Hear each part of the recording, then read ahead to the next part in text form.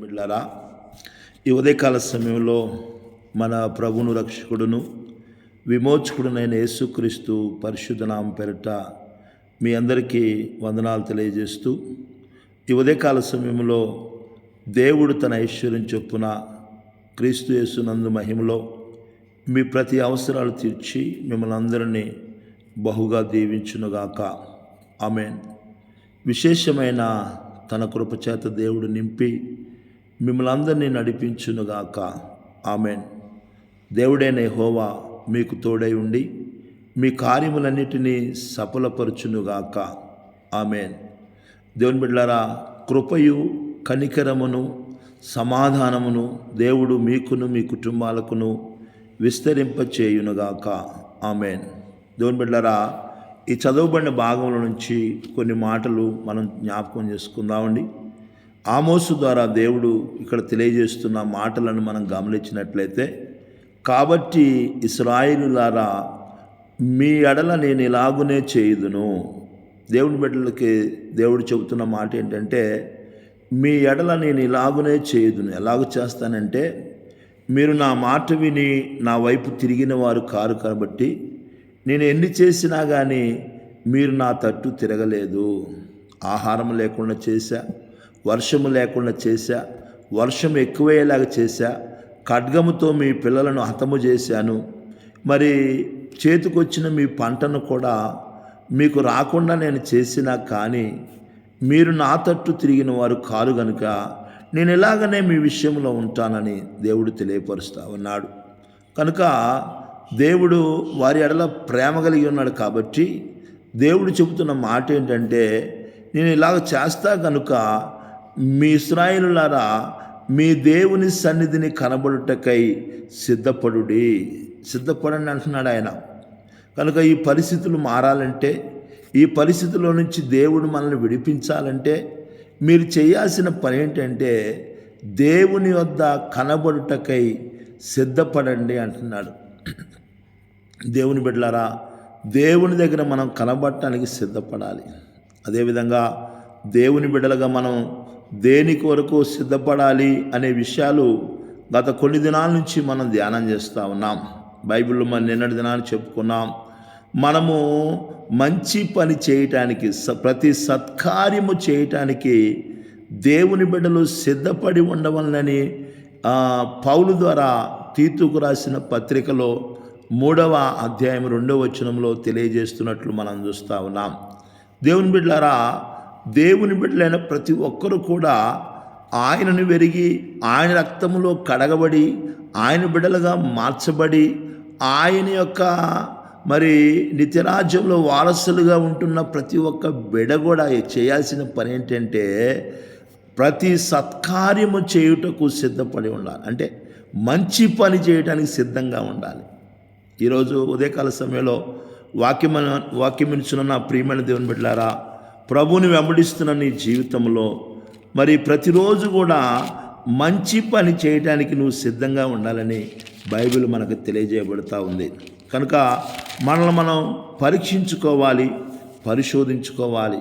దేవుని బిడ్డలుగా జీవిస్తున్న మనము మంచి పని చేసే వ్యక్తులుగా ఉంటున్నామా? ఎందుకంటే మంచి పనులు చేయటానికే యేసుక్రీస్తు ప్రభులు వారు ఆయన మన కోసం చనిపోయాడు. ఆయన బైబిల్ అదే చెబుతూ ఉంది. యేసు ప్రభు ఎందుకు చనిపోయాడంట? చెడు పనులు చేయుచున్న ప్రతి ఒక్క మానవుడు ఆ చెడు నుంచి విడిపించబడి మంచి పనులు చేయటానికే సమస్త మానవాళి కొరకు యేసు ప్రభు వారు కల్వరి శిలువలో మరణించాడు. ఆయన యేసు ప్రభు చనిపోయింది చెడులో ఉన్న ప్రతి ఒక్క వ్యక్తి కూడా మంచి చేయటానికై, మంచి చేయువారుగా ఉండుట కొరకై యేసు ప్రభు వారు చనిపోయినట్లు మనం చూస్తూ ఉన్నాం. ఈ ఉదయకాల సమయంలో దేవుని బిడ్డలారా, యేసు రక్తములో కడగబడిన మనము ఆయన యందు విశ్వాసముంచి ఆయన బిడ్డలుగా మార్చబడి, ఆయన రక్తములో కడగబడి, ఆయన రక్త మాంసాల్లో పాలిభాగస్తులవుతున్న ప్రతి ఒక్క బిడ్డ కూడా మంచి పనులు చేసే వ్యక్తులుగా ఉండాలి. బైబిల్లో అనేకమైన విషయాలు ఉన్నాయి, చెప్పడానికి సమయం లేదు. ఒక విషయాన్ని మనం జ్ఞాపకం చేసుకుందామండి. బైబిల్ గ్రంథంలో నుంచి మార్కు సువార్త 14వ అధ్యాయము నుంచి కొన్ని మాటలు మనం చదివినట్లయితే యేసు ప్రభు వారు మరి అక్కడ మాట్లాడుతున్న మాట 14వ అధ్యాయం 6వ వచనం చదివినట్లయితే, అందుకు యేసు ఇట్లనెను, ఈమె జోలికి పోకుడి, ఈమెను ఎందుకు తొందర పెట్టుచున్నారు, ఈమె నా ఎడల మంచి కార్యము చేసెను. దేవుని బిడ్డలారా, యేసు ప్రభు వారు తన దగ్గర ఉన్న తన శిష్యులతోనూ తనను వెంబడిస్తున్న వ్యక్తులతో మాట్లాడుతూ ఉన్నాడు. ప్రభువైన యేసుక్రీస్తు వారు జీవిస్తున్న కాలంలో బేతనియాలోని కుష్ఠరోగి అయిన సీమోన్ అనే ఒక అతను యేసు ప్రభుని ఇంటికి పిలిచి భోజనం పెడతా ఉన్నాడు. సీమోను ఎవరంటే కుష్ఠరోగివాడు. సీమోను పరిసయ్యుడండి. సీమోను కుష్ఠరోగివాడు. కుష్ఠరోగి ఇంటికి మరి కుష్ఠరోగులతో మాట్లాడటానికే మనకు ఇష్టం ఉండదు. కుష్ఠరోగి దగ్గర కుష్ఠరోగితో ఉండటానికి మనం ఇష్టపడం. కుష్ఠరోగితో ఇంటికి వెళ్ళటానికి యేసు ప్రభు ఇష్టపడ్డాడు. నా ప్రియమైన దేవుని బిడ్డలారా, ఈ లోకములో మనమే మరి వ్యత్యాసాలు కలిగి ఉన్నాం. మనమే కొంత తారతమ్యాలు కలిగి ఉన్నాం. యేసు ప్రభులో ఎటువంటి తారతమ్యాలు లేవండి. ఆయన అందరినీ ప్రేమించాడు. అందరినీ ప్రేమించాలి అని ఆయన తెలియపరిచాడు. కనుక ఈ ఉదయకాల సమయంలో కుష్ఠరోగైన యేసు ప్రభుని పిలిచినప్పుడు యేసు ప్రభు ఆయన ఇంటికి వెళ్ళినట్లు మనం చూస్తా ఉన్నాం. దేవుని బిడ్డలారా, ఆయన ఇంటికి వెళ్ళి భోజనాలు కూర్చున్నప్పుడు ఆ యొక్క ప్రాంతంలో ఉన్న ఒక స్త్రీ ఏం చేస్తుందంటే మిక్కిలి విలువ గల జటమాంసి అత్తరు తీసుకొని వచ్చింది యేసు ప్రభు దగ్గరికి.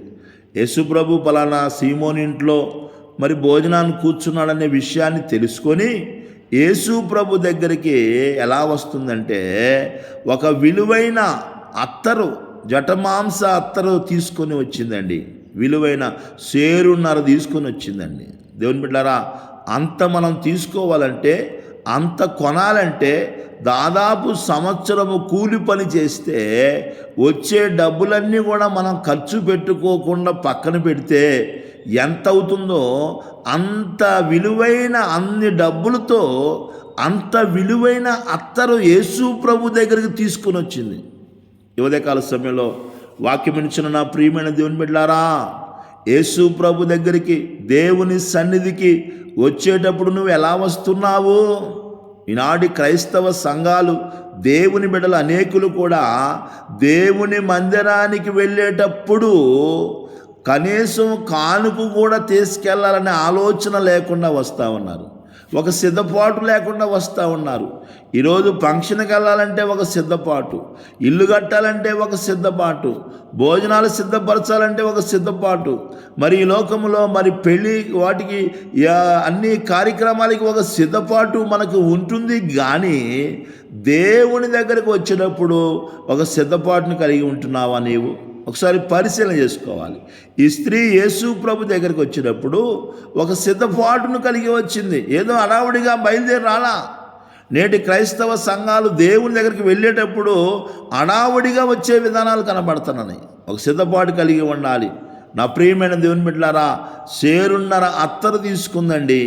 జటమాంసి అత్తరు, విలువైన అత్తరు తీసుకొని యేసు ప్రభు దగ్గరికి వచ్చినట్లు మనం చూస్తూ ఉన్నాం. వచ్చి దానిని పగలగొట్టి అదంతా కూడా ఆయన తల మీద పోసింది. తల మీద పోసి యేసు ప్రభుని అభిషేకించిందండి. దేవుని ప్రజలారా, అంటే దేవుని కోసం ఖర్చు చేసింది అది. ఉదయకాల సమయంలో ప్రభుని వెంబడిస్తున్న నీ జీవితంలో దేవుని దగ్గరికి ఏం తీసుకొస్తున్నావు? దేవుని కోసం ఏం ఖర్చు చేస్తున్నావు? నీ కొరకు ఆయన ఉన్నదంతా ఖర్చు చేశాడు. యేసు ప్రభు వారు సమస్త మానవాళి కొరకు తనకు ఉన్నదంతా కూడా ఖర్చు చేసిన వాడు. ఆయన ఏమీ దాచుకోలేదండి. తనకంటూ ఏది దాచుకోలే. ఆయన కల్వరి సిలువలో నువ్వు మరి సిలువ మీద ఉన్నప్పుడు ఒక భటుడు సైనికుడు అతడు ఏం చేశాడంటే బళ్ళెము తీసుకొని కూర్చున్నప్పుడు ఆయన దగ్గర నుంచి రక్తము నీరు కారినట్లు మనం చూస్తూ ఉన్నాం. ఇంకేదీ లేదండి, రక్తం అంతా అయిపోయింది. ఆయన మనకు కోసము ఆయన తనకు ఉన్నదంతా ఖర్చు చేశాడు.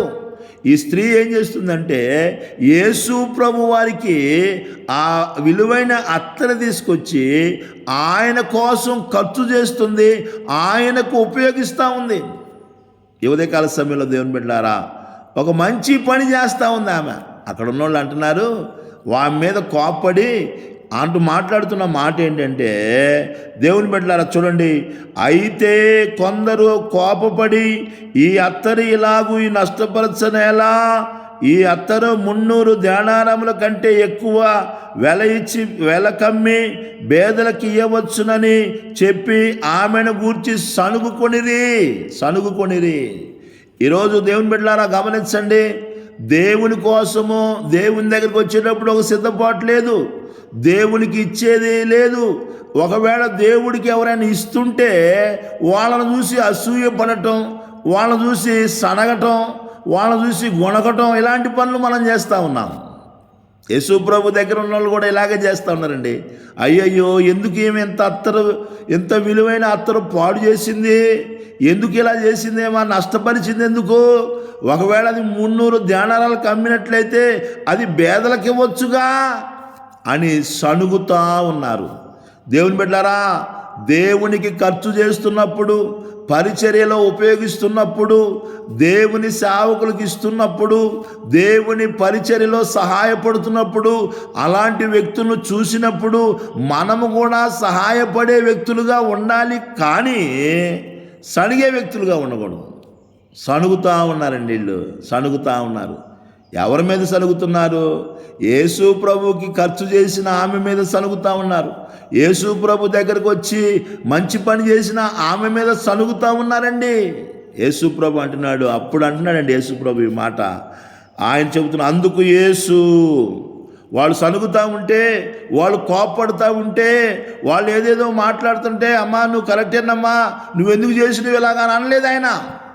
నువ్వెందుకు ఇంత ఖర్చు చేసినావు, ఎందుకు ఇలా నష్టపరిచావు, ఎందుకు ఇలా నువ్వు దీన్ని ఉపయోగించావని చెప్పి యేసు ప్రభు అనలేదు. కానీ ఎవరైతే దేవుని పరిచర్యలో సహాయపడుతూ దేవుని పరిచర్యలో మరి ఇస్తున్న ఆ వ్యక్తులను చూసి, సలుగుతున్న వ్యక్తులను చూసి యేసు ప్రభు ఏమంటున్నాడంటే, ఈమె జోలికి పోకుడి, ఈమెను ఎందుకు తొందర పెడుచున్నారు?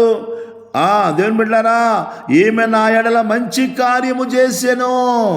కొంతమంది ఉంటారండి, మంచి చెయ్యరు, చేస్తుంటే చూడలేరు, మంచి చెయ్యరు, చేసే వాళ్ళని బలపరచలేరు. ఈ ఉదయకాల సమయంలో వాక్యం వింటున్న నా ప్రియమైన దేవుని బిడ్డలారా, ఇలాంటి వ్యక్తులు ఎక్కడున్నారంటే యేసు ప్రభుతోనే ఉన్నారు.